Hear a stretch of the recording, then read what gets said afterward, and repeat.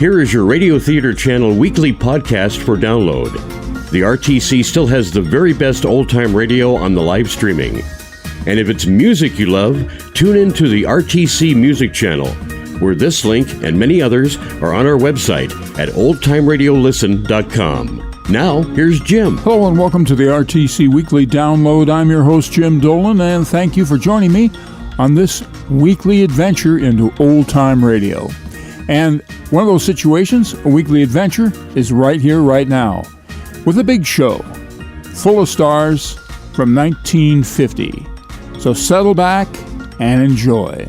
For the next hour and 30 minutes, this program will present in person such bright stars as Louis Armstrong, Bob Hope, Deborah Carr, Frankie Lane, Jerry Lewis, Dean Martin, Charlie McGuire, Jimmy Wallington, Meredith Wilson, and my name, darlings, is Tallulah Bankhead.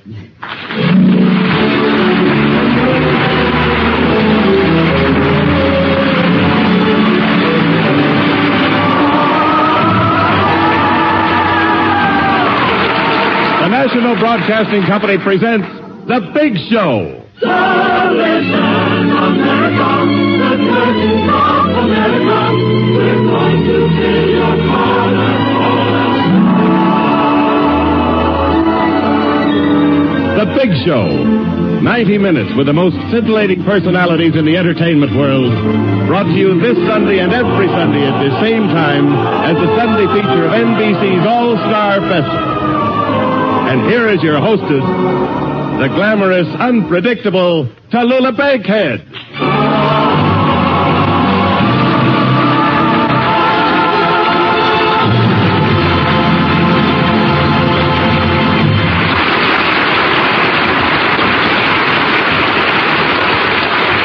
Well, darlings, here we are with the big show this week in Los Angeles. Los Angeles, the city of the angels. Or is it Los Angeles, the city of the angles? Well, to be safe, I'll call it L.A. Lousy with X's. How did a whiff get in there? And what a plane trip from New York, darlings. We worried all the way. When we left New York, we were worried about the weather because all we could see was rain. When we got to Chicago, we worried because all we could see was snow. But when we got to lovely California, we stopped worrying because we couldn't see the weather at all. Smog, you know. Of course, you know what smog is, don't you? Well, Bob Hope.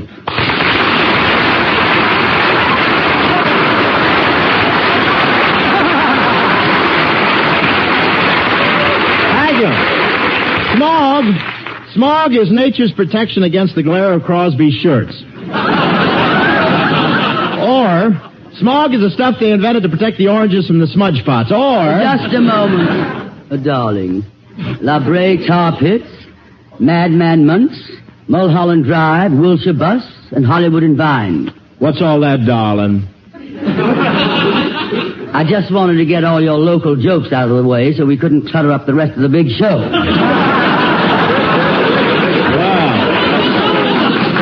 Well, you left out Anaheim, Azusa, and Cucamonga. We don't mention them on this network. Oh, I see.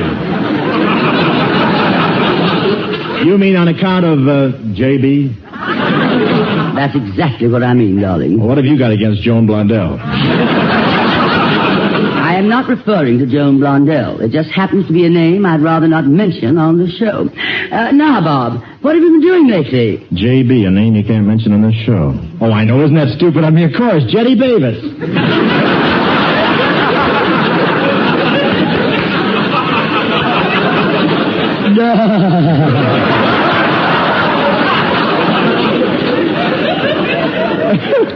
Boar. Oh, Jack Boer, of course. Look, Tallulah. I'll tell you why I came over here, besides grabbing a little loot. I want you to do a guest shot on my radio show. Oh, darling, do you have a radio show of your own? Who's the mistress of ceremonies on your show?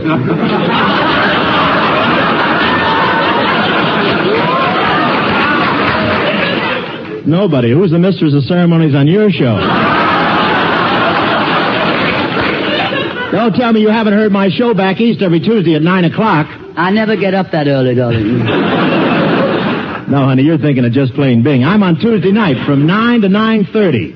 Oh, only half an hour. Oh, Bob, I'm terribly sorry, darling. What do you do with the other hour? We wait for the laughs to come in. Look, let me set you straight in this radio racket. All comedy shows are a half hour. I beg your pardon. My show's an hour and a half. I beg your pardon. Only scene's that long. How about it, Toulouse? Will you come on with me next Tuesday night? We rehearse the script Monday morning, and we rehearse with the orchestra Monday night, and we have a complete dress rehearsal Tuesday afternoon. We go on the air with the show Tuesday night. Oh, that fits in perfectly with my plans. I'll be there at rehearsals Monday morning, and with the orchestra Monday night, and at the dress rehearsal Tuesday afternoon. I just won't be able to make the show Tuesday night, darling.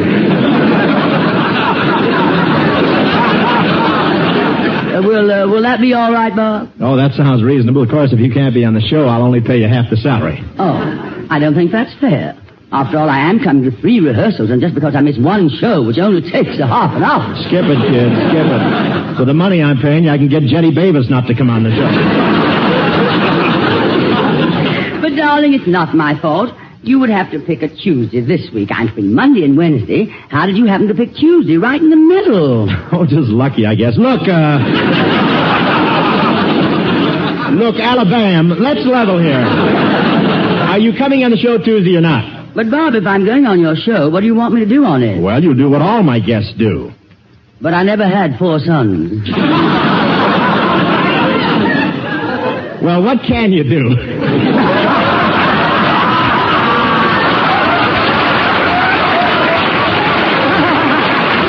a minute.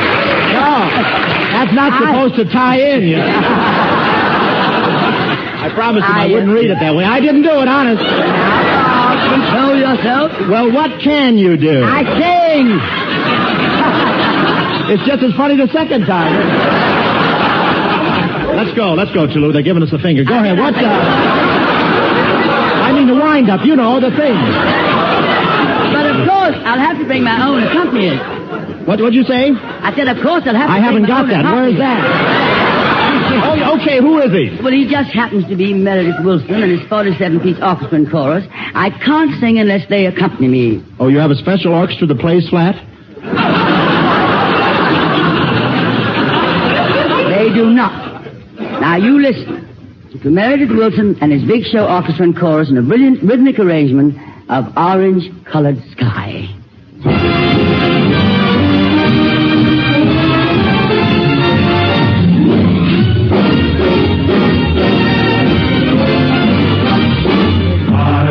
Walking along, minding my business, when out of an orange-colored sky, crash, bam, alakazam, wonderful you came by. I was walking along, drinking in sunshine, when out of an orange-colored view, crash, bam, alakazam, I gotta look at you. One look and I yell timber. Watch out for flying glass. Then the scene comes and the fun come out. I went into a spin and I started to shout. I've been hit. This is it.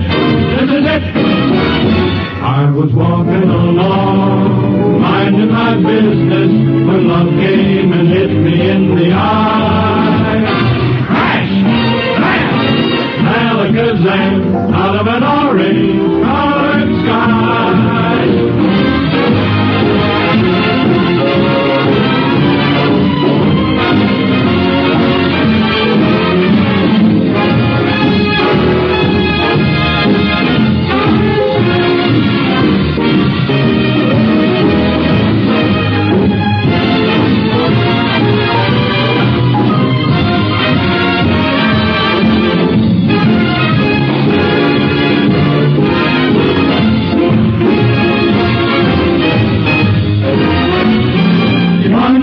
And I yelled, timber! Look out for flying glass. Then the scene fell in and the bottom fell out. I went into a spin and I started to shout. I've been hit. This is it. This is it. I-T-it. I was walking down the street, the birds were singing kind of sweet. I didn't have a single care. My heart was freer than the air. And then a flash, bam, alakazam, out of an orange-colored purple sky, pretty green polka dotted sky. Flash, bam, alakazam, and goodbye. Bye.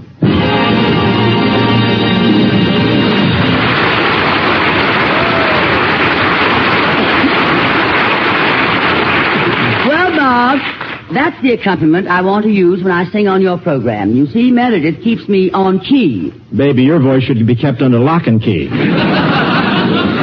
What's the matter, Miss Bankhead? Didn't you like my number? What's your problem, Meredith Wilson? I only said, didn't you like my orchestra number, Miss Bankhead? Of course, darling. Now, look here, Bob. If you're implying that my voice is bad... Now, wait a minute. I'm no music critic. Don't start sending me any letters.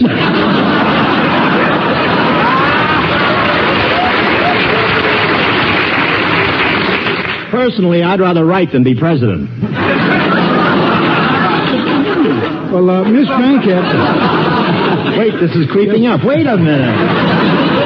I want to say to Miss Bankhead, when I finish my number, you usually say that was delightful, Meredith, or charming. That was delightful, Meredith, or charming. Bob, if you want me on your show, I'm going to sing, and the song will be, Give my regards to Broadway, remember me to Herald Square, tell all the gang on 42nd Street that I will soon be there. Hey, Rivet Voice, you're tearing up 42nd Street. I could have played Give My Regards to Broadway if you'd asked me to, Miss Bankhead. I have it in all the keys you sing it in. That's A, B, C, D, E, F, and G. When she just sang it, it sounded more like H. Don't pay any attention to him, Meredith. Don't pay any attention to him, darling. How can I? I haven't even met him. Oh! I beg your pardon. Meredith, darling, this is Bob Hope. Bob, this is Meredith Wilson, darling. Glad to know you, darling. Gee, Mr. Hope. Mr. Hope, this is really a happy moment. For whom? I've always been one of your greatest admirers, Mr. Hope. I used to see all your pictures back in Mason City. I was born there, you know. That's my hometown, Mason City, Iowa. Meredith, you are not going to tell one of those repugnant stories about that obscure little hamlet of yours, are you? Oh, glad you asked me. Well, sir, Miss Bankhead, I used to see every one of Mr. Hope's pictures back in Mason City, Iowa. Well, I remember going to the movie one night and I had to take standing room. I know, boy. My pictures sell out all over. No, it wasn't that. I had a sacroiliac. Had to stand up. Doc Frisbee, he's the druggist there. And, you think he can help that?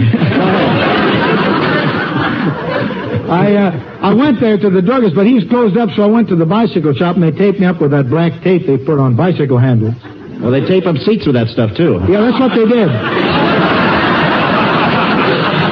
Well, sir, I stood up all through that picture, laughing and scratching. Look, Itchy, how much more is there to this nauseating little affair? Well, that's about all there is, except that when they took that tape off, wow, I've still got the scars. Would you like to see him, Mr. Hope? No. I'll wait till they come to my neighborhood movie. Meredith, if you're quite finished with that black... Hey, look at the size of that orchestra. Hi, fellas. Hey, it's still here.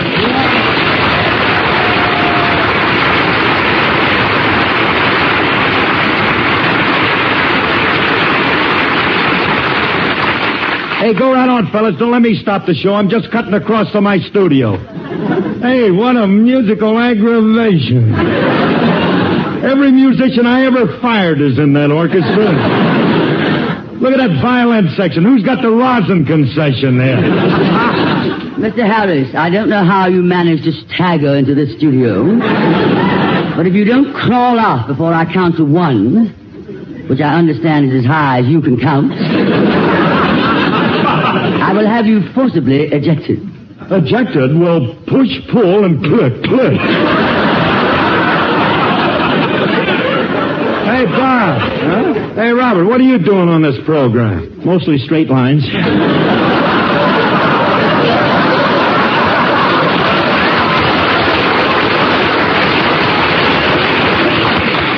Hey, Bob.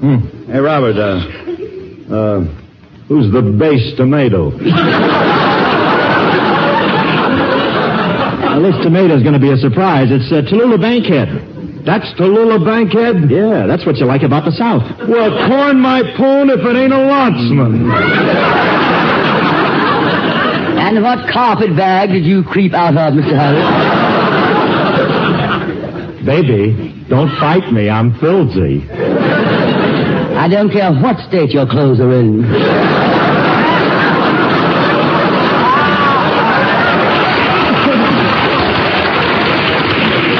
That thing you're wearing could stand a retread, too, girl. Well, the war between two states. You notice how cleverly they set this thing up so that every time I'm about to sit down, I have a line to speak? I have one to speak, yes, I do. Luckily, my bicycle seat is taped, and I can't sit down anyway.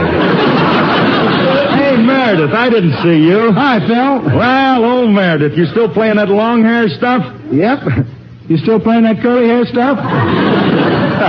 Sharp as a marble. By the way, Meredith, we were talking about you at the Musicians Union the other night, and some of the boys think that you're kind of eccentric. They heard through the Hollywood and grapevine that you read music. Now, I'm a committee of one to find out, are you now or have you ever been a reader of music?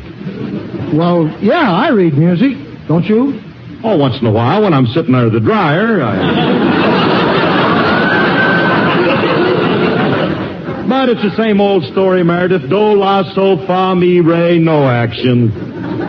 That kind of stuff when I was the 3 Bs, Bach, Beethoven, and Benny. How dare you, Mr. Harris? What do you got against Benny Goodman? He's the king. I might even say he's the thing. He's the what? Hey, don't tell me you ain't heard of the thing. Hey, local, this girl don't know about the thing. They know what it is. Well, I gotta go, kids. Hey, Robert, how about you and the missus and me and Alice stepping out tonight after the show? Oh, sure, Phil. By the way, how is Alice? Just left her a couple of minutes ago. She was in the pink. Well, have her slip into some clothes and we'll go out. Oh, Robert, gee, I wish I'd have said that. I could use that on my show today. You will. Well...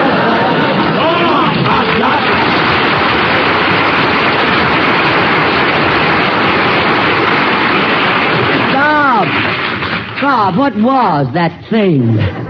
It's not that thing, it's the thing. It's a piece of music that can only be written by a guy who can't read music. Meredith, have you heard of this thing, the thing? Oh, sure. It's one of those tunes that don't make any sense. You have to have them every once in a while.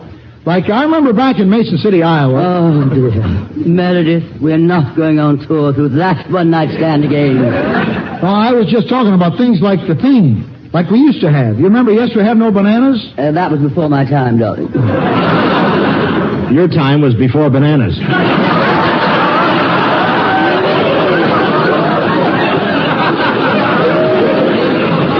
I know everybody used to sing that song. I knew it so well that I could sing it backwards. That should be very interesting. Oh, it is. It goes, today bananas no have we, bananas no have we. Yes.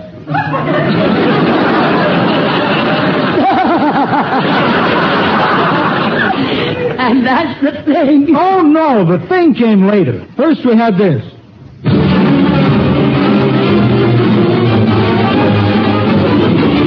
Yes! We have no bananas.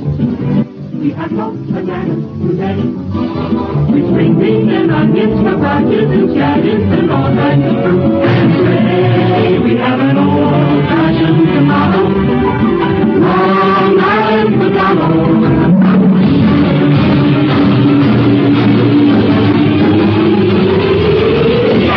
We have no bananas today. And then we had another one. This was really the thing, called Three Little Fishes. Down in the meadow in the itty bitty pool, we with the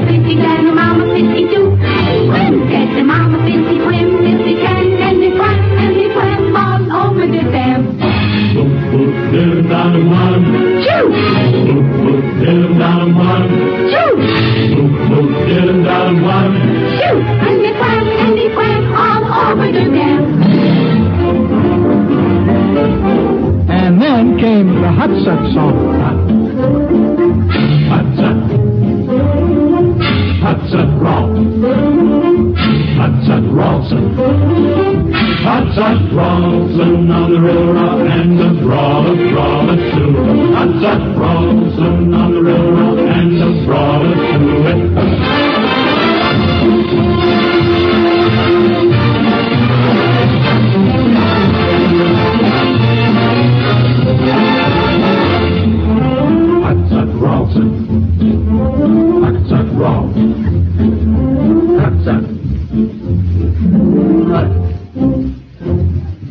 But what about the thing? Well, we got that, too. Here, be my guest, Miss Bankhead. Here's a copy of the music. Just read that lyric. While I was walking down the beach one bright and sunny day, I saw a great big wooden box floating in the bay.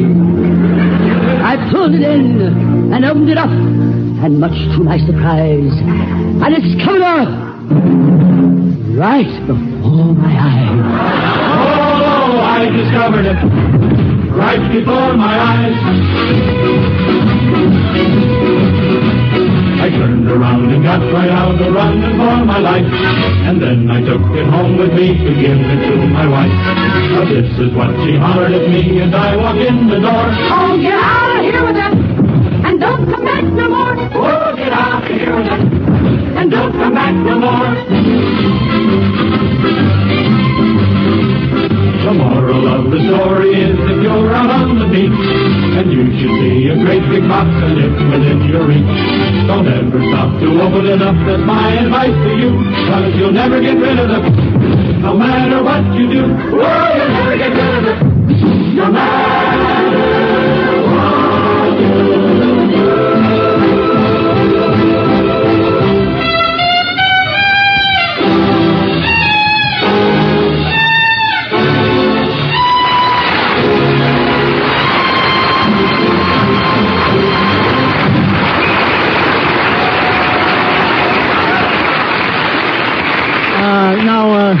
Does that answer your question, Miss Bankhead? Well, darling, I can't say very much for the melody, but I must admit the lyric was quite dull. You know what I like, Meredith? That hot horn in your band. He plays a lot of trumpet. Why, that's Louis Armstrong.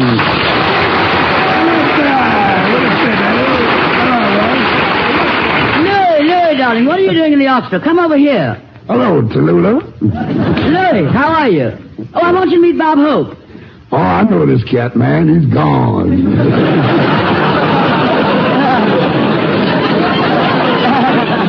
You said it, Louis. I've been gone for about 8 pages now.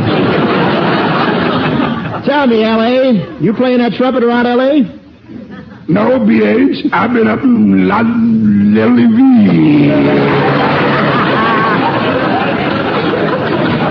Oh, Las Vegas, huh? Yeah, man. Well, how'd you make up there at L.V., L.A.? Okay.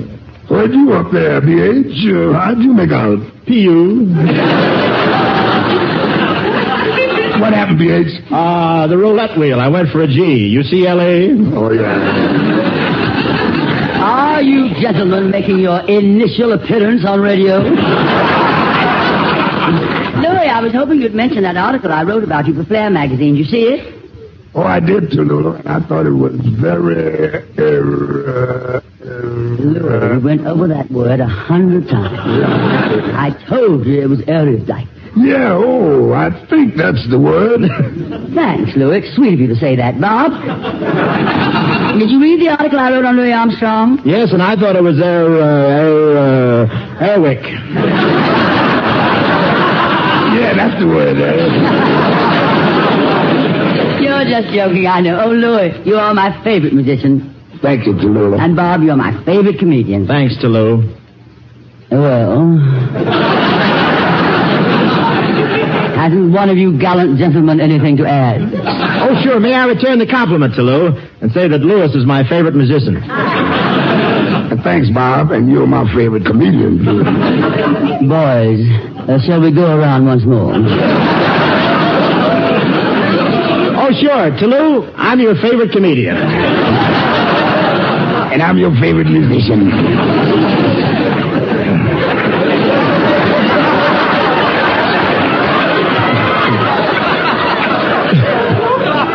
This is fun. Let's play it again.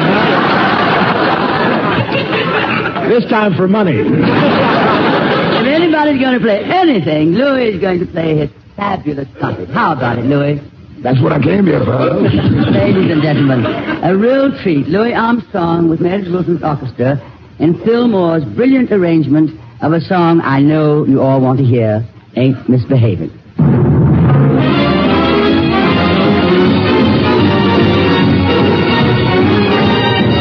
No one to talk with, all by myself. No one to walk with, I'll be on the shelf. Misbehaving, save my life. Oh, baby, it does bang, bang. Now for certain, the one to love, through turning, you better pick it up. Misbehaving, oh, baby, I does do that. Like Jack Horner in the corner, don't go nowhere, and I don't care. All your kisses went really far. Believe me, I don't stay out late, don't get a go. All my body, me in the radio, leaves me every time.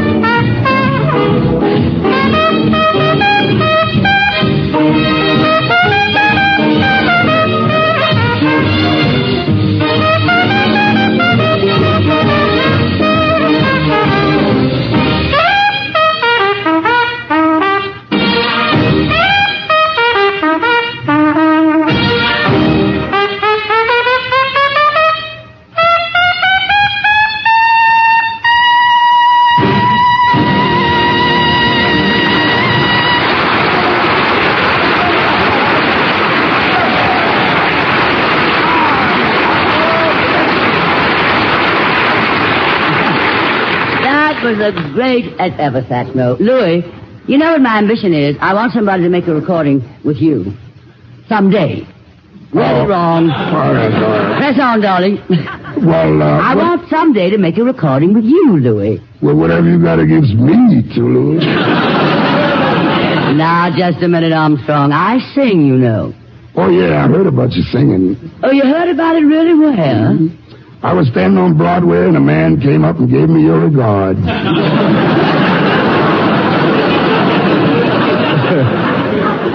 Must have been one of those Herald Squares. Look, Toulouse. If you want to come on my program and sing, this might be a good time to show what you can do. Louis, how about it? Should you improvise a little something for Tousle Top? Anything you like. Okay, baby, let's hear something. If you're going to audition, let's do it now. I don't want you to louse up my show. Me audition? Me, Cleveland Indian. Besides, darling, I'm not prepared. Oh, you didn't bring your voice with you, huh? So much the better. Come on, I'll help you out. Oh, no, Bob, no. Oh, come on, let's make her sing. How about it, folks?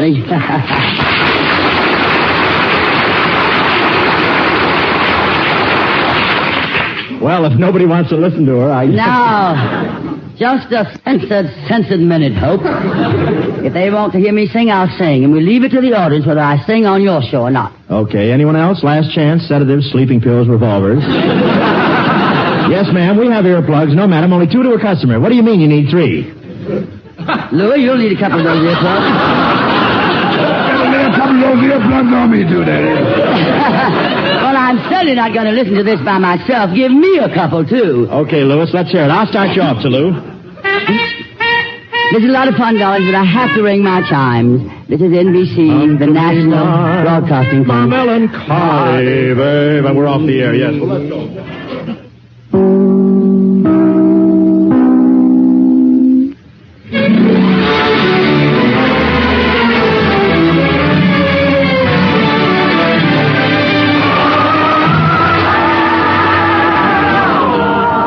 The Big Show.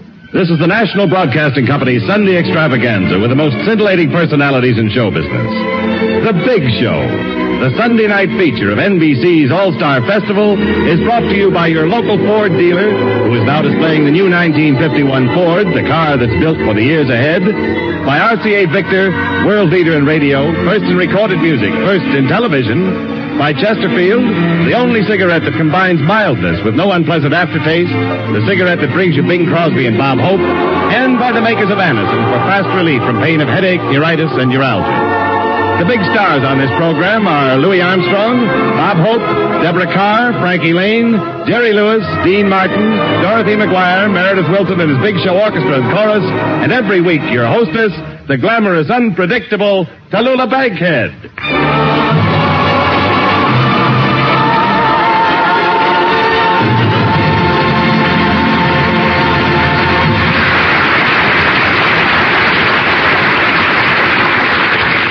Yes, darlings, this is Tallulah, broadcasting from Hollywood, Bankhead. Telling you that if you don't listen to the Big Show, you're a big smo. Or if you're in a stew and you don't know what to do, listen to Tallulah.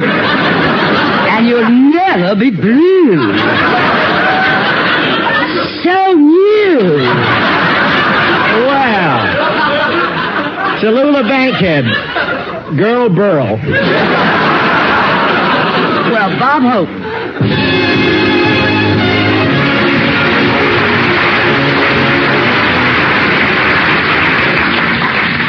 Thank you, Tallulah. I'm happy to be here with you on your second Hollywood version of The Big Show. Oh, it's nice having you, darling. Nice to catch you on the ground for a change. Yes. I have been traveling a lot lately, but I've got to stop it. I have so many labels on my trunks, the laundry won't take them anymore.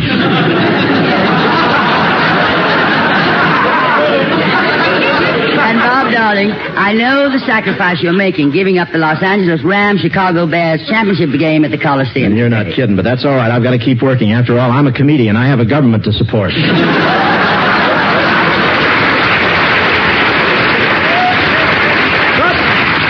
But it's nice being here with you, Tallulah, during the Yuletide season. Of course, whenever I think of Christmas, I think of my old folks back home. Take it, Iowa. You know, Christmas season brings out the sentiment in a body. Yes, sir. I'm the kind of guy who does a lot of traveling, but I'm like anybody else. No matter where you go, you never get very far away from that old hometown. And I was reared in Cleveland. I can remember way back to the time I was a baby. I was born in a poor family. My mother couldn't even afford talcum powder. She used to turn my little body over and sprinkle it with Dutch cleanser.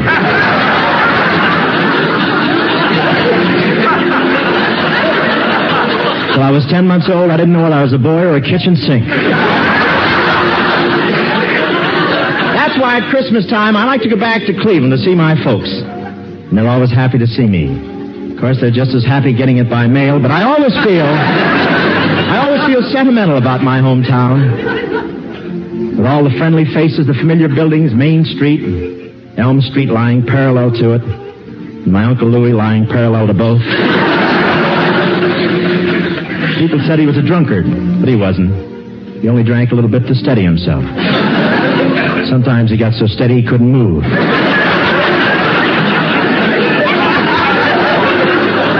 My family were very poor, and we lived in a little shack, just 2 rooms and a path.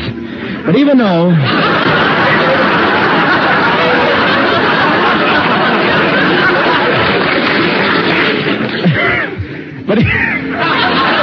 Couldn't hear it, huh? But even though we were poverty-stricken, I was even sophisticated as a baby. I was so high class I wouldn't suck my thumb till they put it in a cigarette holder. But my mother was one of those dear hearts and gentle people. She tried to raise us right even though we were broke. She couldn't buy us underwear, but she did the best she could. She lined us all up and painted buttons on our stomachs.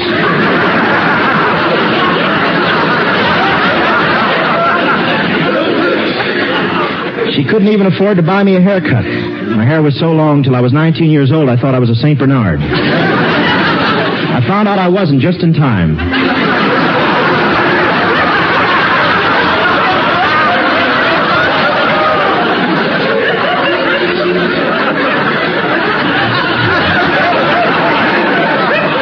I was going steady with an Airedale.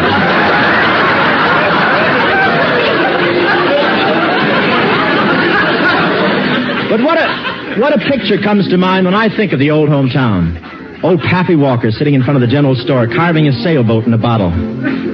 I wonder if he ever got out of the bottle when the sailboat was finished. And then there was Miss Drainafor, my old teacher. I can still see her sitting in the classroom, an old lady just knitting. She was knitting an old man. On a vacation, Miss Drainafor used to go to the big city and burn the candle at both ends. For weeks after, she couldn't put on a hat or sit down.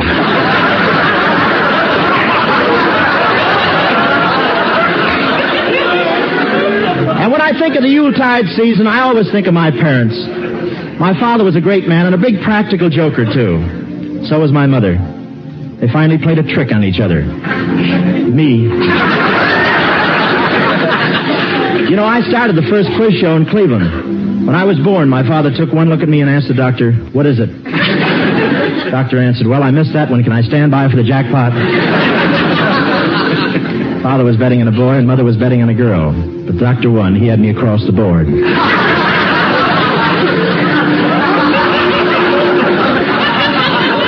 But we were a proud family, people of the soil. We'd been farmers for generations, and everything we did was connected with the soil. In fact, we were the dirtiest family in the state. But it was a happy family. My father worshipped my mother. He got her everything. He wasn't wealthy. He was a shoplifter. When he walked out of a department store, the whole left side of the building sagged.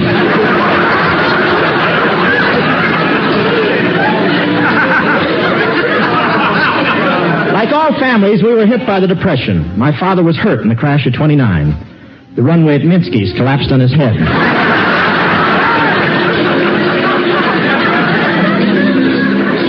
Well, before I knew it was time for me to go to school. I was enrolled in a finishing school for backward children. And I did very well. I started in the 8th grade, and in no time at all, I was back in kindergarten.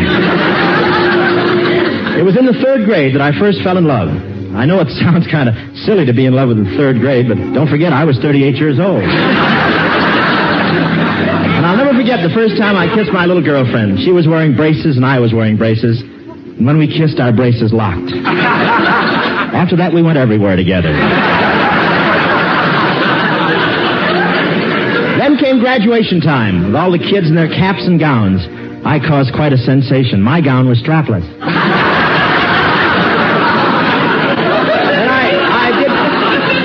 And I did very well in sports at school. I had a typical athlete's physique. Big chest, hard stomach. But that's all behind me now.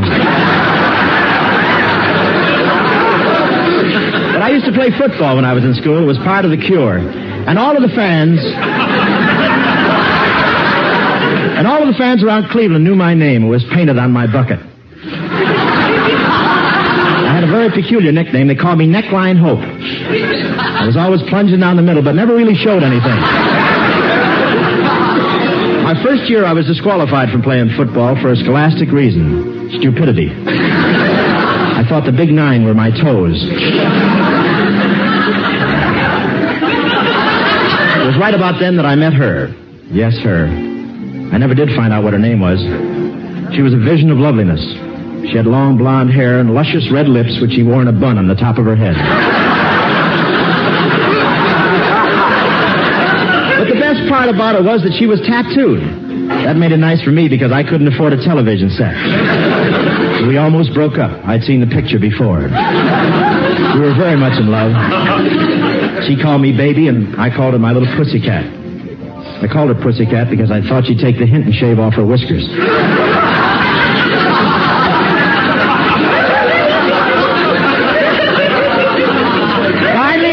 Finally came the day of our wedding. She was a sentimental girl, so she got married in her grandmother's dress. She looked lovely, but her poor grandmother almost froze to death. It was a lovely ceremony except for the kiss. My nose created a suction, and we had to be separated with a razor blade. Yes, we were married. And tomorrow marks our 25th anniversary. It'll be 25 years since we've talked to each other.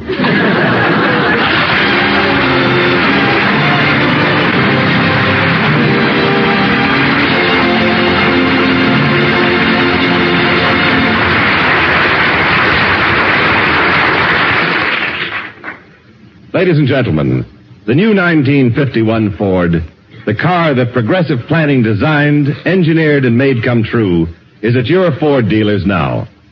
And everything about it tells you that here is a quality car, a fine car that's built for the years ahead. When you examine the 1951 Ford, for example, take a good long look at its luxury lounge interior. You'll find styling, fine coachwork, color-harmonized Ford Craft fabrics that are years ahead in beauty. When you drive the new Ford, notice how the automatic ride control literally adjusts the ride to the road and makes the roughest bumps easy on you, easy on the car itself. And there's more, much, much more. In all, there are 43 new look-ahead features, each designed to give you added value for the long years to come. Yes, indeed. When you see the 1951 Ford, when you drive it, you'll agree it's the finest Ford ever produced.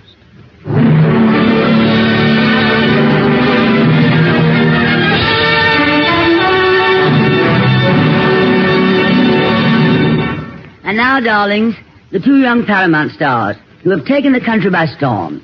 The only comedy act in show business that can possibly follow Bob Hope, Dean Martin and Jerry Lewis. Okay,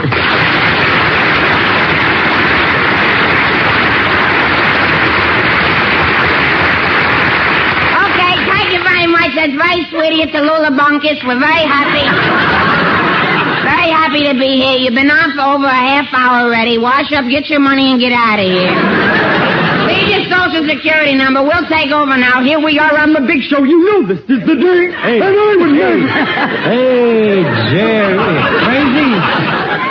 What's wrong with you? You got to conduct yourself like a gentleman on the big show. Now, don't lost me up here like you do everywhere else. Aren't you happy to be on the big show? Ask me no questions. I'll tell you no lies. I don't like her. You don't like Miss Bankhead? Young man. Dean, she's going to hit me.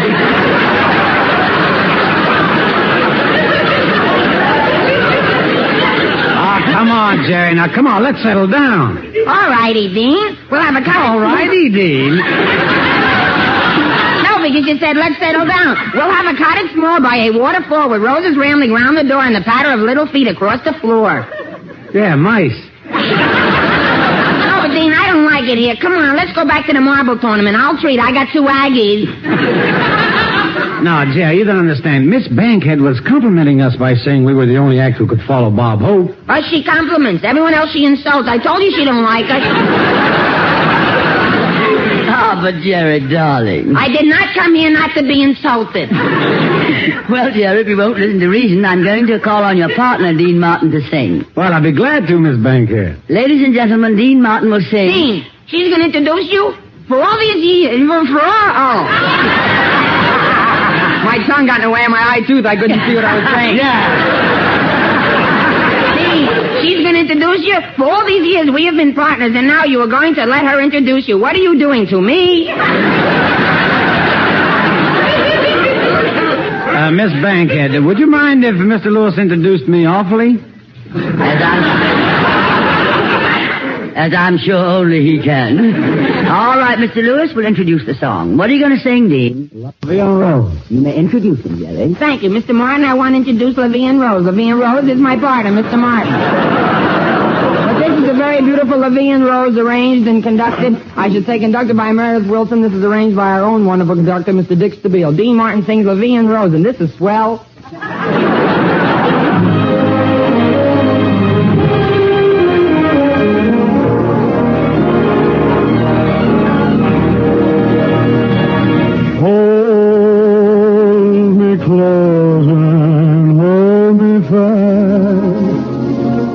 Magic spell you cast.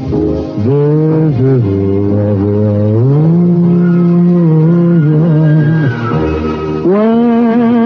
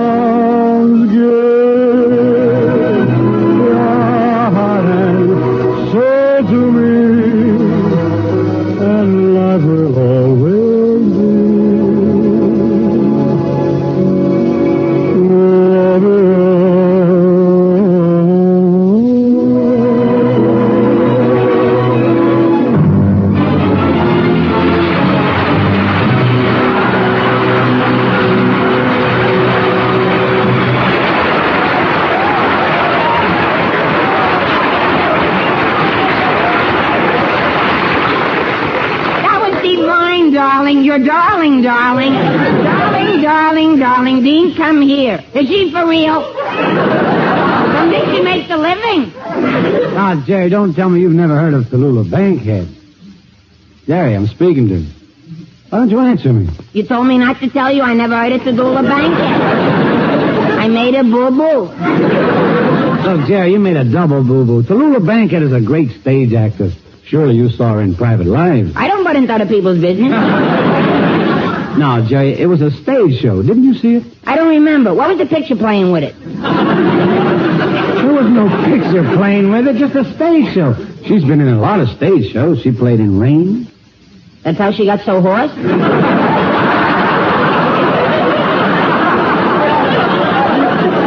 Ah, come on now, Jerry. Haven't you heard of Tallulah Bankhead and the Little Foxes? Oh, she's an animal trainer. No. Tallulah Bankhead in Skin of Our Teeth. Skin of Our Teeth? Oh, come now, Basil. This has gone far enough. Far enough, do you hear? Do you hear me? Do you hear me? I said far enough, do you hear? Dean, are you listening?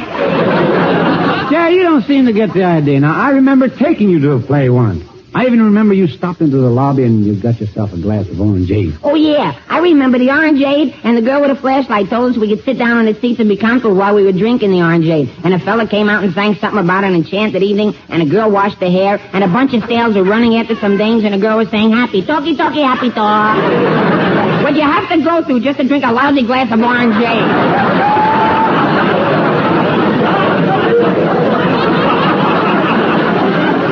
That's the place, Jerry. I went back there, you know. There was such a crowd waiting I couldn't get in. I guess everybody found out they have the best orangeade in town. Now you got it. That's it. Tallulah Bankhead in the theater. Oh, now I know. She's the one who makes the orangeade.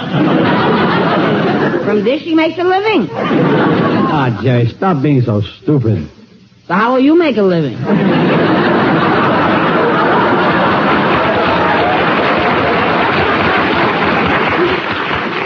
You know, this is tougher than I thought it was going to be.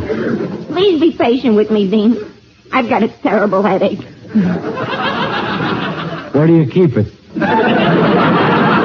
Ha. That's very funny. You see, I said I got a terrible headache, and he says, where do you keep it? He's making out like I haven't got a head. Joke over. You don't have to explain my joke. So, Dean, what are friends for? All right, come on, let's get back to the theater. I'm not thirsty. Well, boys, how's it going? Dean, she's back again. Don't let her hit me. Oh, why don't you stop? She won't hurt you. Could I feed her?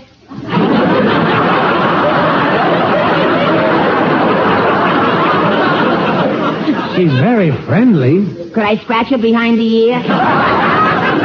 Dean, tell me, is he for real? I often wonder. I want to apologize, Miss Bankhead. I shouldn't have been so fresh. Dean told me all about your sickness. Does it hurt much? That's what hurts much. The skin of your teeth.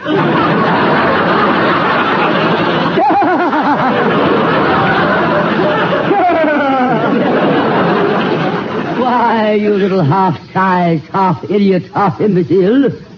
Dean, she did it. She likes us. We're in. She insulted us. She didn't insult me. Dean, don't worry. She said half. We're partners. You get half of everything I get.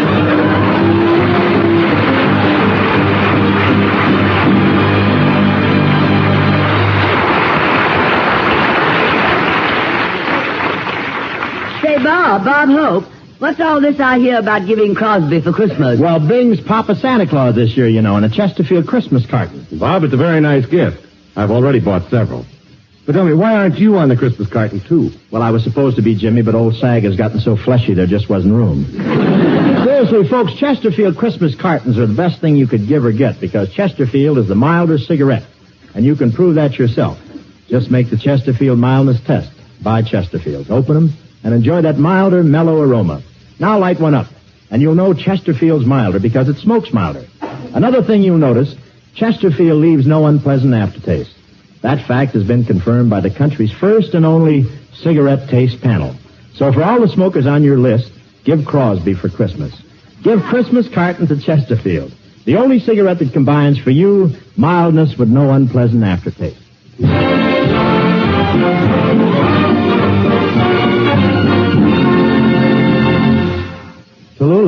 Yes, Dean, what is it, darling? My partner Jerry and I were thinking... That's very funny. Let's get on with the rest of the show. Wait a minute, missus. He didn't tell you yet. So what are you laughing for? Dean Martin has something to tell you, and he is my friend, and I would gladly die for him. Would I not, Dean Martin, die for you? Sure he would. Go ahead, Jerry. Sure. Drop dead. I can't die today. I don't feel so good. Darling, stop being morbid. What were you going to say, Dean? I speak. We would like to meet... We would like to meet Mr. Bob Hope in person and make a deal with him. Do you think he'll sell us some jokes or maybe trade us some jokes? Well, why don't you talk to Bob about it? Come on, Bob, darling. Here, the boys want to do some business with you. You know Mr. Martin. Oh, sure. Hi, Tony. And Mr. Lewis. And Mr. Lewis. Hi, Joe.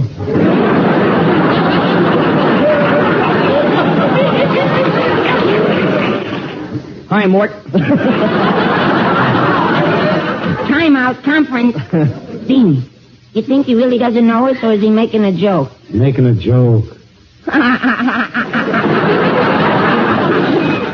Darling. Mr. Hope, I'd like to consummate a little deal with you. Would you sell us some jokes, or maybe you'd be interested in trading a few jokes? Oh, I don't get you. Well, I'll give you, for instance, I'll give you a brand new joke I made up today out of a magazine. For one of your old jokes. Well, what's the joke? A joke. You say to somebody, I went to see Albert Einstein, and somebody says, how did you find him? And you say, I pushed back his hair, and there he was. Now you give me one of your old jokes. No deal. Now, wait a minute, Mr. Hope. Don't pass that joke up. You know, there are two other jokes you can make out of it. Now, like, how did you find your steak? Oh, I pushed back the potatoes, and there it was. Or, how did you find the West? I pushed back the onions, and there it was. If anybody asks me how I found Martin Lewis, I'll say pretty dog. All right, Mr. Hope. I'll make the supreme sacrifice. I got a brand new Groucho Marx joke. Really? Brand new? Bet your life. Okay, I'll trade you even up. Somebody fall down? What was that? Brand new? I bet your life. That's well, anyway, okay. Somebody's wearing a neon nose here. I don't know. Say, okay, I'll trade you even up for a brand new Phil Harris. All right, that's the deal. Let's see it. Oh, no, sight unseen. Okay, here you are. I got it written down here. Okay, and here's yours. Wait a minute, fellas. You're playing without me? Who blew up the ball? So I want to trade, too. I got a brand new Fred Allen. I'll trade you for that Phil Harris. That's a trade, kid. Here you are. And here are you. Now, let me see what this says. Yeah, let's read them. How did you find Albert Einstein? I pushed back his hair, and there he was.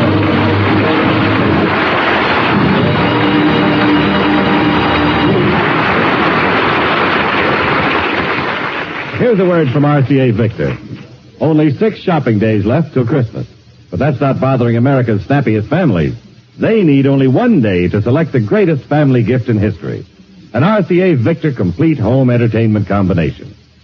They're pooling their dreams and their money to buy the gift that keeps on giving and giving and giving. Giving not just to one, but to all. Giving not just a day, but every hour, every day, every year. Giving not just RCA Victor radio, or recorded music, or television, but all three combined in one magnificent cabinet. Why don't you join together and agree this minute to meet each other next Monday at your RCA Victor dealers to choose your matchless RCA Victor radio phonograph television combination? You'll find it costs far less than you'd pay for each instrument separately. You'll find that your RCA Victor combination is the greatest gift each of you ever made to the year-round happiness of all of you.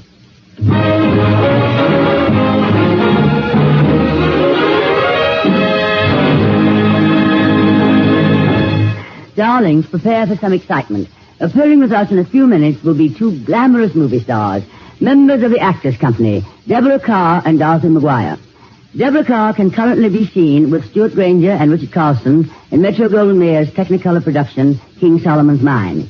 Oh, and yes, don't think I'm forgetting another star on our show, Frankie Lane. It's just that I have a little funny way of my own to introduce them. Hey, joke. Tallulah, how will you find Deborah Carr? Dorothy Maguire and Frankie Lane. And I say, I'll just push back my chimes and there they'll be. This is NBC, the National Broadcasting Company.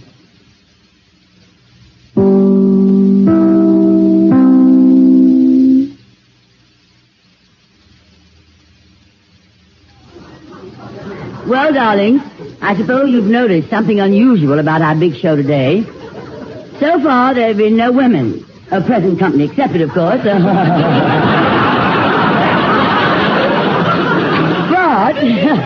we are just about ready to make up for it. What with Deborah Carr and Dorothy McGuire on our show. Oh, what am I doing? There's still another man whom I haven't presented, and what a man. You know I'm here, Lou. I've already been on. Not you, Bob. I'm talking about Frankie Lane. Well, what's so special about him? Let's skip Lane and get to the girls. Hey, Dean, look who's sitting there. Two big movie actresses. Well, don't get excited, Jerry. So are we. We're movie actresses.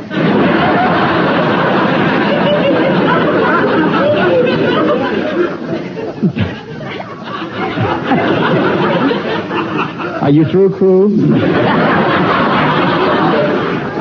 Say, don't crowd, fellas. There's enough here for everybody. Thank you, darling. And one left over for somebody. 2 girls and 3 boys. It don't come out even, so I'll choose first. No, you hold it, Jerry. I'll take Deborah Carr. Now it's 1 girl and 2 boys. Eeny, meeny, miny, mire. I will choose Dorothy McGuire. Okay, Dorothy? Dean, I don't think she likes me. Don't be silly, Jerry. Of course she does. I think you're a handsome, intelligent, attractive young man. I think you're real nice. So if you like me, you take me out. I'll tell you what, Germ. You and I'll take Deborah. Oh, yummy. I'll take Dorothy McGuire. Okay, fellas, we're all set to take the girls out after the show. Pass the sen-sen.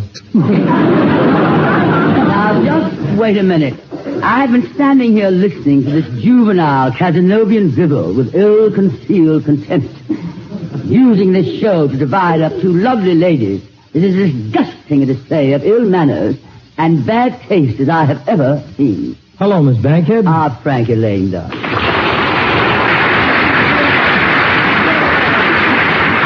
You're just in time, Frankie. You're just in time. 3 of us couples are going out after the show. Okay, I'll take Dorothy McGuire. She's spoken for, darling. So, okay, I'll take Deborah Carr. Sorry, someone's taking her. Well... Well, I could call my wife. Maybe she'll want to go. Isn't he sweet? Well, what about me? Well, if my wife can go, we'll need a babysitter. What? Sing your song, Lane.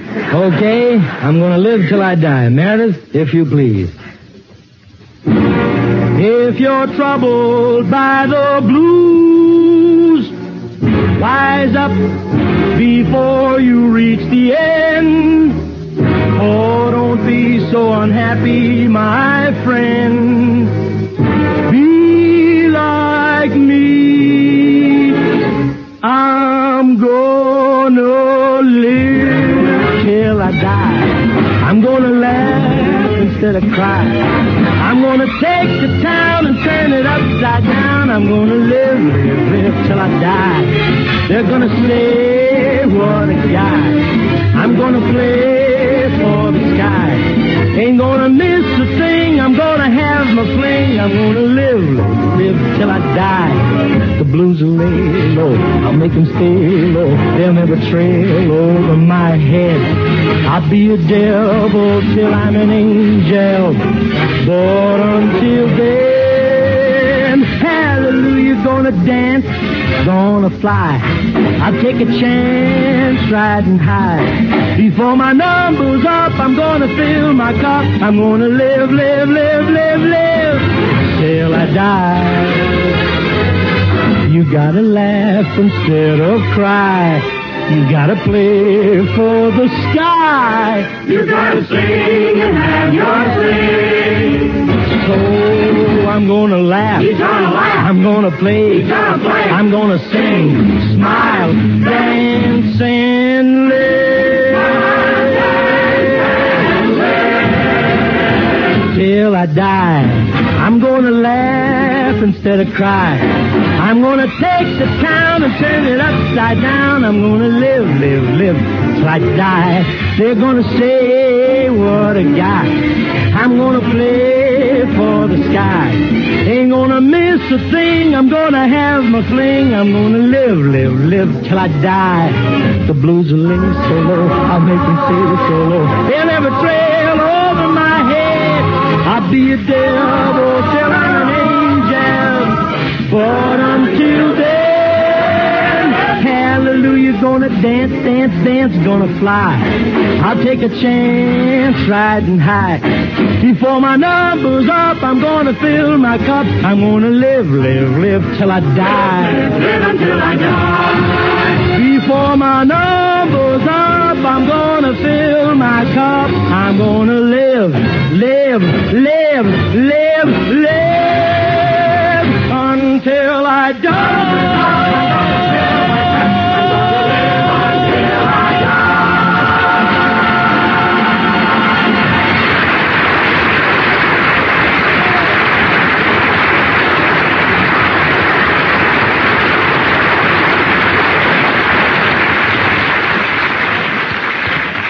Here is something you should know if you ever suffer from the sudden pain of headaches, neuritis, or neuralgia. It's a way to ease the pain, often within a few minutes. A way that is incredibly fast and effective. It's Anacin. Anacin is like a doctor's prescription. That is, Anacin contains not just one, but a combination of medically proven active ingredients in easy-to-take tablet form. Thousands of people were first introduced to Anacin through their own physicians or dentists. But today these tablets are in such widespread use that all drug counters have them, and anyone may enjoy their benefits. Next time you suffer from the pains of a headache, neuritis, or neuralgia, by all means try Anacin. You'll like the convenience of Anacin tablets, and you'll be delighted with Anacin's incredibly fast action. Anacin. Anacin. Ask for Anacin by name today at your druggist.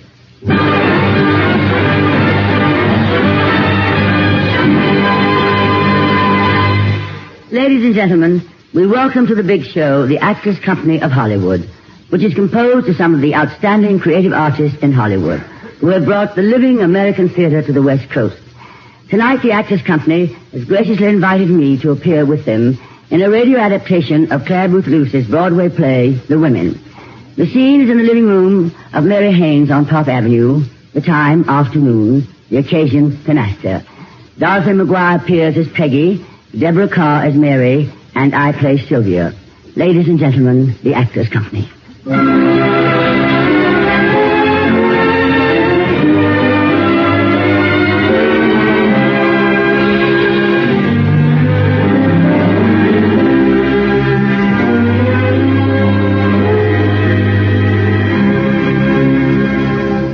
Excuse me, Sylvia. I think I'd better join the others. I haven't seen Mary's children yet. They're just back from the park. Wait, Peggy. I've got something to tell you. I'll burst if I have to wait. Oh, I knew you had something. I'm not sure you should tell me, Sylvia. Now, don't be stupid, Peggy. Stephen Haynes is two-timing Mary. He's playing around. He's got a girl. Oh, I don't believe it. Is it true? Wait till you hear. Now, you know I go to Michael's for my hair. You ought to go, Pet. I despise whatever does yours. Well, that's the most wonderful new manicurist there. Aren't my nails divine? Look, dear, a jungle red. Go on, Sylvia. What are you trying to say? Well, now, this manicurist is marvelous.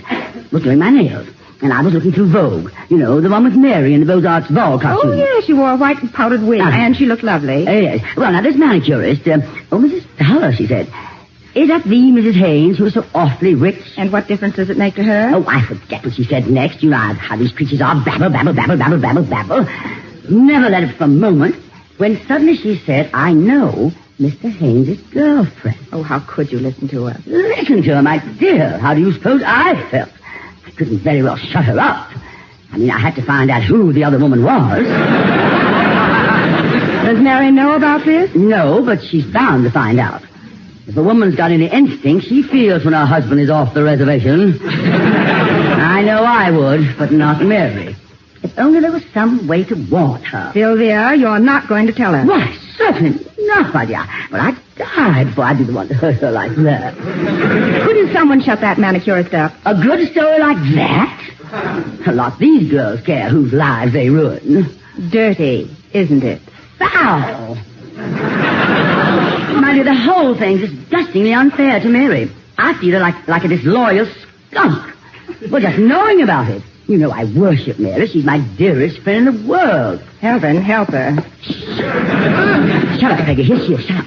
I'm so sorry to have kept you. I was talking to Stephen. Where are the others? They're in with the children, Mary. Well, darling, how is Stephen, the old dear? And did you give him my love? I did, Sylvia. Stephen's not so well. Oh. What's the trouble? Nervous indigestion. That's why I have a plain cook now. Oh, there's nothing worrying, Stephen. Oh, no, he's just been working late. He's not coming home again tonight. Oh, are you sure it's work, darling? You're not a beautiful blonde. Oh, Sylvia. Well, Stephen's a very attractive man. Isn't he? I can't imagine why he hasn't deserted me for some glamorous creature long ago. Oh, Mary, you do sound smug. Oh, let me be, Peggy. How can you be too sure of what you believe in most? I wouldn't be sure of anyone if you were able to get up and totter across a room. I always tell my spouse, if you ever manage to make a fool of me, I'll deserve what I get.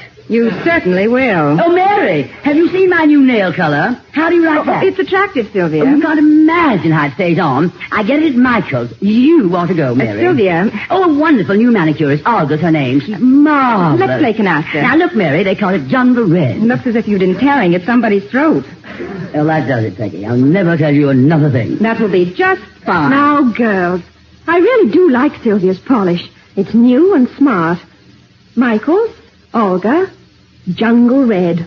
I remember that. Shall we cut the deal, Sylvia, you and I? I feel lucky today. Do you, darling? Well, you know what they say, lucky in cards.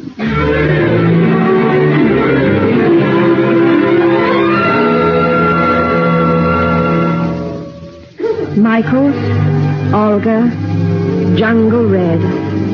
Yes, I went to Michael's, and I had my nails done by Olga. And I had my world destroyed, too. I found out what my friends already knew. Stephen had another woman, Crystal Allen. The place they send wives with shattered worlds is called Reno. It wasn't long before we were there. Oh, yes, Peggy and Sylvia had to go, too. Divorce seemed to be catching. Well, Sylvia. What are you doing in Reno, Peggy? I couldn't resist the slot machine. I can imagine. Well, relax, darling. You'll get a better break from those one-armed bandits than you got from dear husband John. And I suppose you came here for the rodeo? Don't be crude, dear. What if he does look a little bent when he's not on his horse? He's the best I could find in this town. At least I'm not going to sit around and mope like Mary. Now, don't start anything, Sylvia. This is Mary's last night. She gets a decree tomorrow. I'm praying she'll get a call from New York tonight. I mean, Mary would take Stephen back. Well, why not? Why not? You think I wouldn't take John back? That is, if we hadn't feuded so terribly over money. Oh, stop sniveling. You and Mary had no pride. I'd roast on a spit before I'd take Howard Fowler back.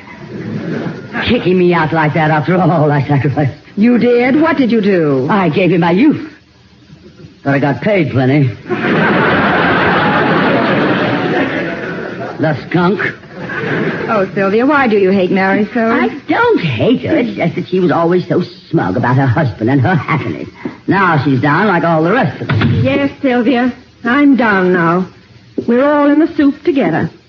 By the way, here's a letter that came for you. Oh, thanks. Haven't heard from Stephen, I suppose. No. It's too late for that, I'm afraid. Oh, well, sweetheart, he's hardly worth a broken heart. The less you have to say about me and Stephen, the better I like it. Well, I'm only trying to cheer you up. That's more than you do for me. I'm doing enough just being pleasant to you. Ah, you have got the gist, dear. Now, you let Mary alone. We're all in the same fix. Oh, I'm just trying to make her see that life isn't over just because Stephen let her down. I'm glad you've adjusted to the inevitable, Sylvia. What do you mean by that crack, darling?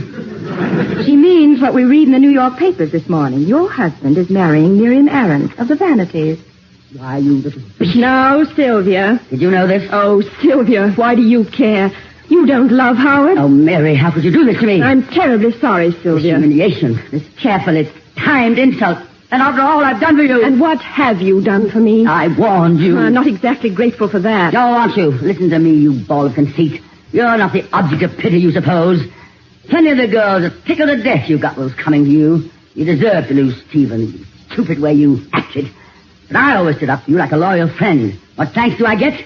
You knew about this woman you stood by gloating. Why Get out of here. Get out. I hate you, I hate you. I hate everybody. I hate everybody. You wait. Someday you'll need a woman friend. Then you'll think of me. Well, that is that. Oh, Mary, what are we doing here? What is happening to us? We're being written off the books, Peggy. But you haven't given up, Mary. Not really. You still think in your heart that Stephen will call. Don't you, Mary? Don't you? No. No, Peggy, it's too late. If he were going to call, he wouldn't have waited until now, the very last minute. We need someone to protect us from all this. A woman's best protection is the right man. And obviously your John isn't the right man, Peggy, and you'll forget all about him in another month. Another month? Oh, no. No, I can't stand it here another moment. Oh, I can't, Mary. I can't. But Peggy, what's the matter with you? I'm going to have a baby. Oh, Mary, what shall I do? Do? Well, there's only one thing to do. New York, operator. Peggy, what's the number? Eldorado 52075. Eldorado 52075. Oh, I can't tell him now. Oh, Mary, I know I was wrong, but it's no use. You just don't know the things he said to me, and I have my pride. Reno's full of women who all have their pride. Hello? Mr. Day, please. Reno calling. Just hold on a moment. Hello, John? Oh, no, I'm not sick. Oh, John, I'm going to have a baby. Oh, my dear. Are you? Oh, dearest. Do you?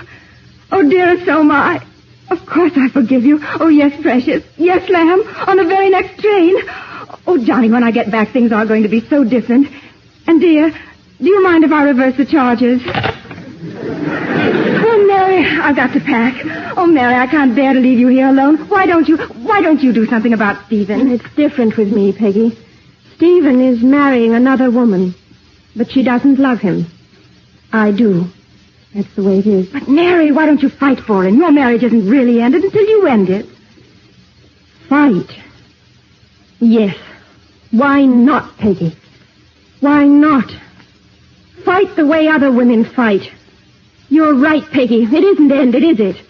If your heart doesn't say so, it's not ended.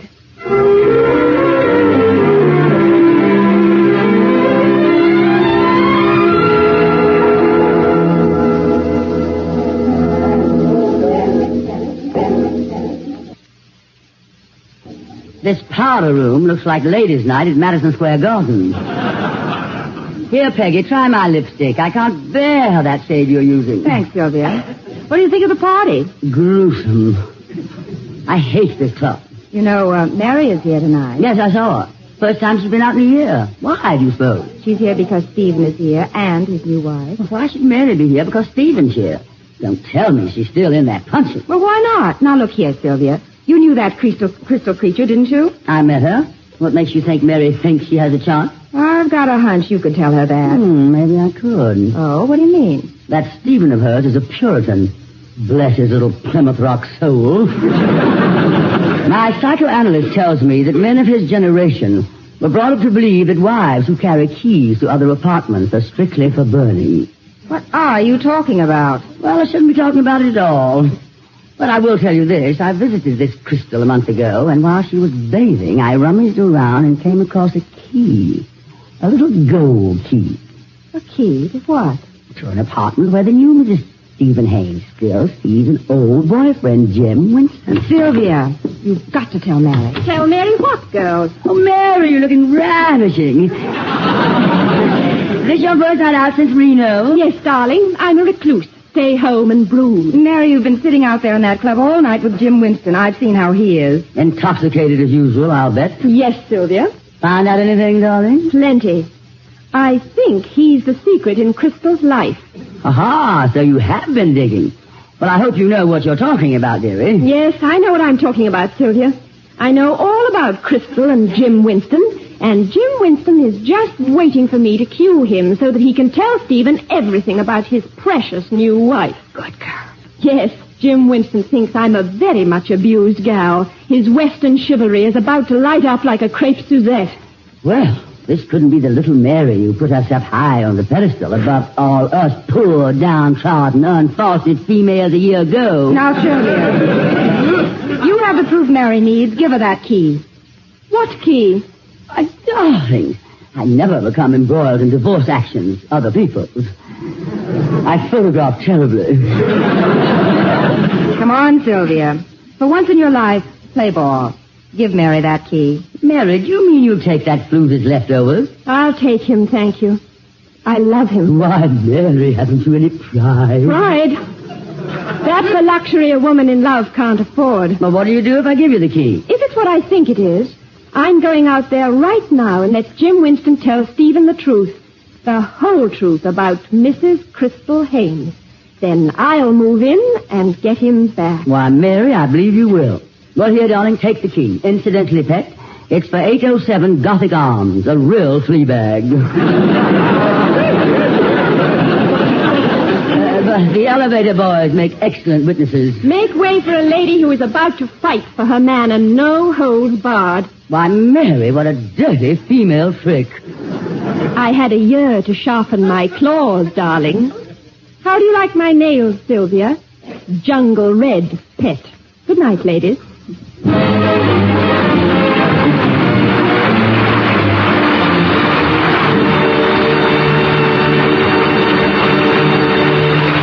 Oh, Deborah Darcy, don't go away, darling. I want to have some girl talk with you in just a moment.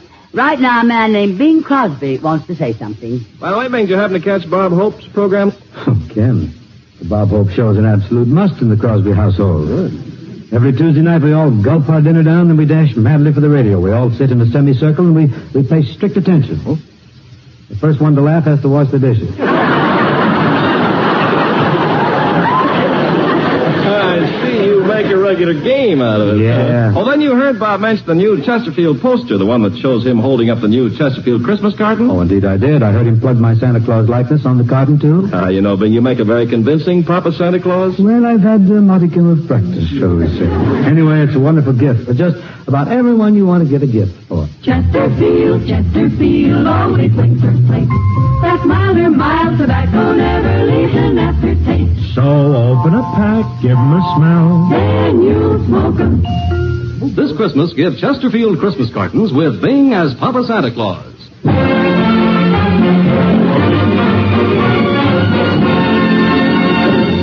Hey, to Lou. What's it, Bob? Well, Dean Martin, Jerry Lewis, and I would like to do our version of the women. We call it the fellers. Well, let's hear it. Ladies and gentlemen, the Actors Company.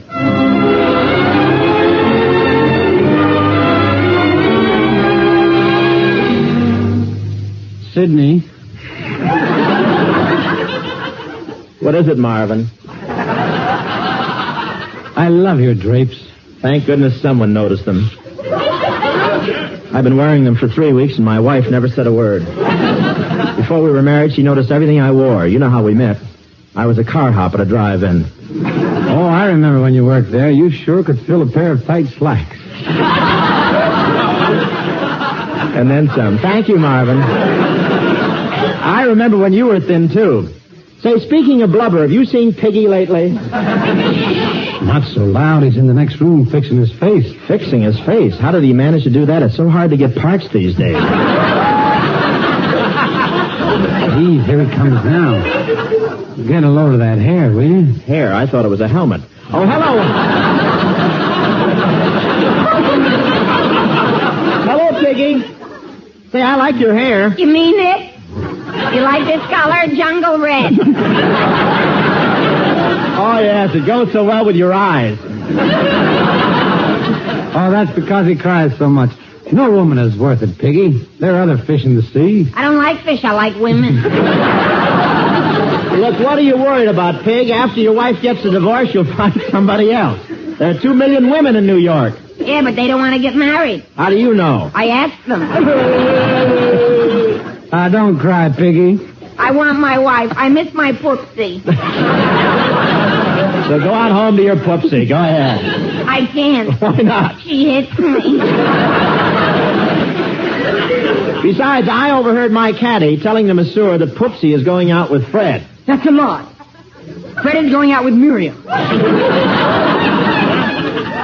What about Velma? Velma broke off with Fred when she saw him with Isabel.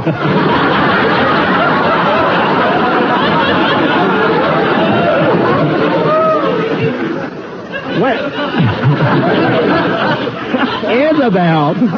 Why, Isabel told Martha that Selma isn't speaking to Miriam since Dolores found that gold key to Maxine's medicine cabinet in Tallulah's slack.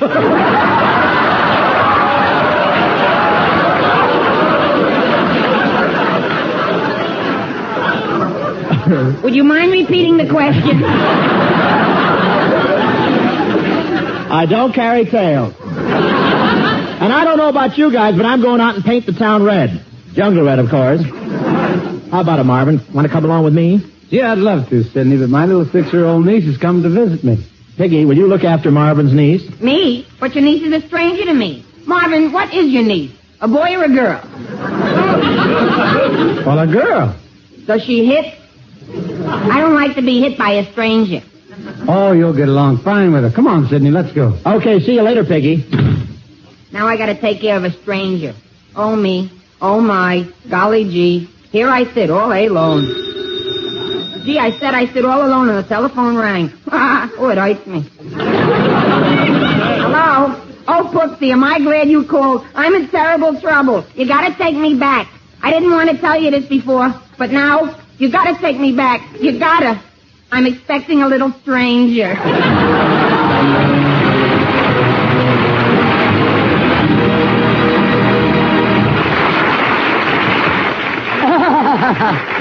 That was real fun. Well, boys will be boys. And now to the girls. Come on over, Deborah Carr and Darcy McGuire. Aren't they lovely? Two famous movie actresses. We've all seen and admired many, many times. My very dear friends. Darlings, I keep forgetting which one of you is Deborah Carr. I am. And which one of you is Tallulah Bankhead? Darling, there is only one Tallulah Bankhead. Yes. And isn't her name Betty Davis?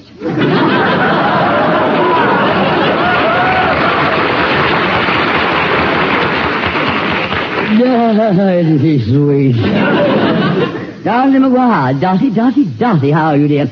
I never think of you without remembering the brilliant Claudia that you were. Aren't you ever coming back to Broadway? Well, I think about it now and then, Tallulah, but my picture work takes all my time. It's not so easy as the theater. Oh, darling, the theater is quite exhausting. Exhausting? 2.5 hours a night from 8:30 to 11.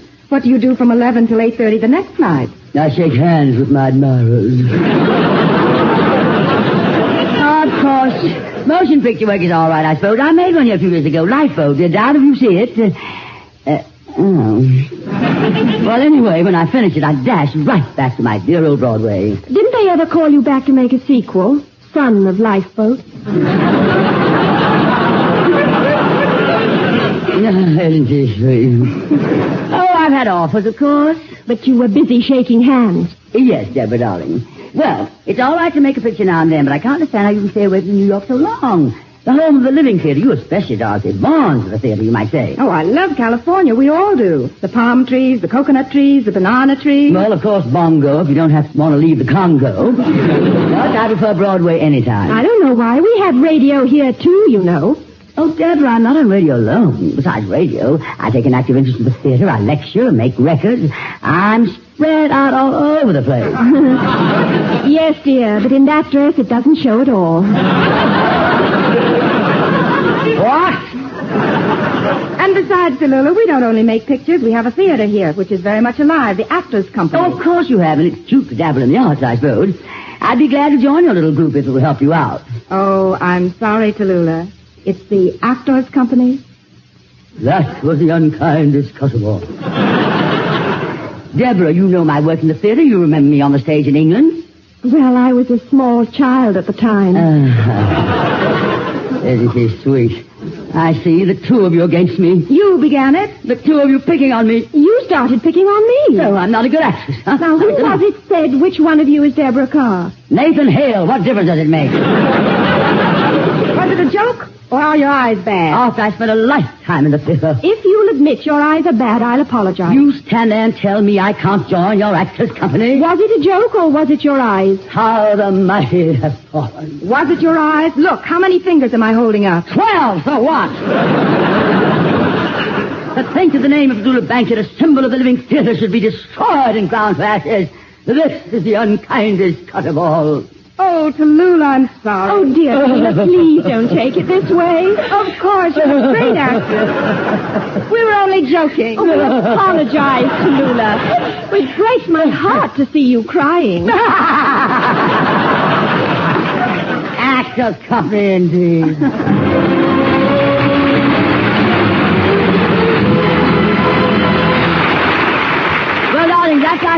next week, we're out for New York again, where we'll bring you next week, Sunday, Christmas Eve, and what a load of presents we'll distribute. Jimmy Durante, Bert Law, Robert Merrill, Margaret O'Brien, Edith Piaf, Fran Warren, Ed Wynn, and Meredith Wilson of the Big Show Orchestra and Chorus, and we are dedicating our Christmas Eve show to all our men in uniform all over the world. Until then, darlings, may the good Lord bless and keep you. Whether near or far away. The Big Show, the Sunday night feature of NBC's All-Star Festival, has been brought to you by your local Ford dealer, who is now displaying the new 1951 Ford, the car that's built for the years ahead. By RCA Victor, world leader in radio, first in recorded music, first in television.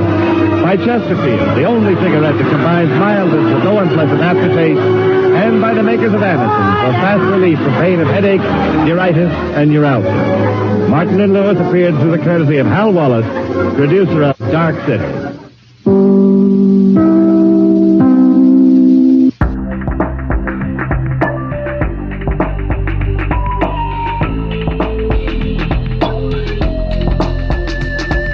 That's it for this week. We'll be back next week with more Old Time Radio. I hope you can join us then. Till then, this is Jim Dolan thanking you for listening. The RTC Weekly Download is produced by Chris Stone and Jim Dolan.